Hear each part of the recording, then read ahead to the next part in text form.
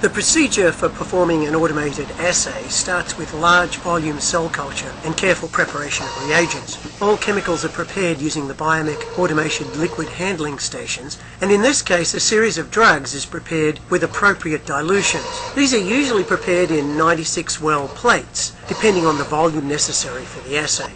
It's very important to use automated preparative tools for these assays for several reasons, such as speed, reproducibility, and convenience.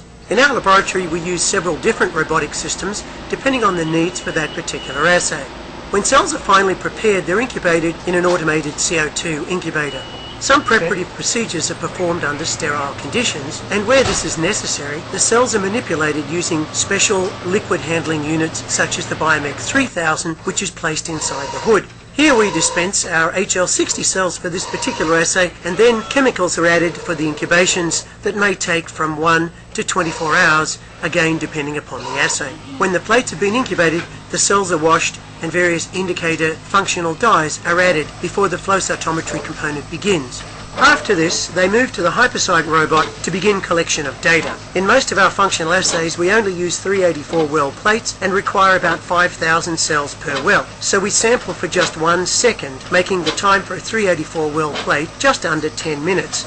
Designing the assays for automation requires careful attention to many things such as the cell concentration and volume of cells, timing required for collection, and mixing requirements to maintain cells in suspension.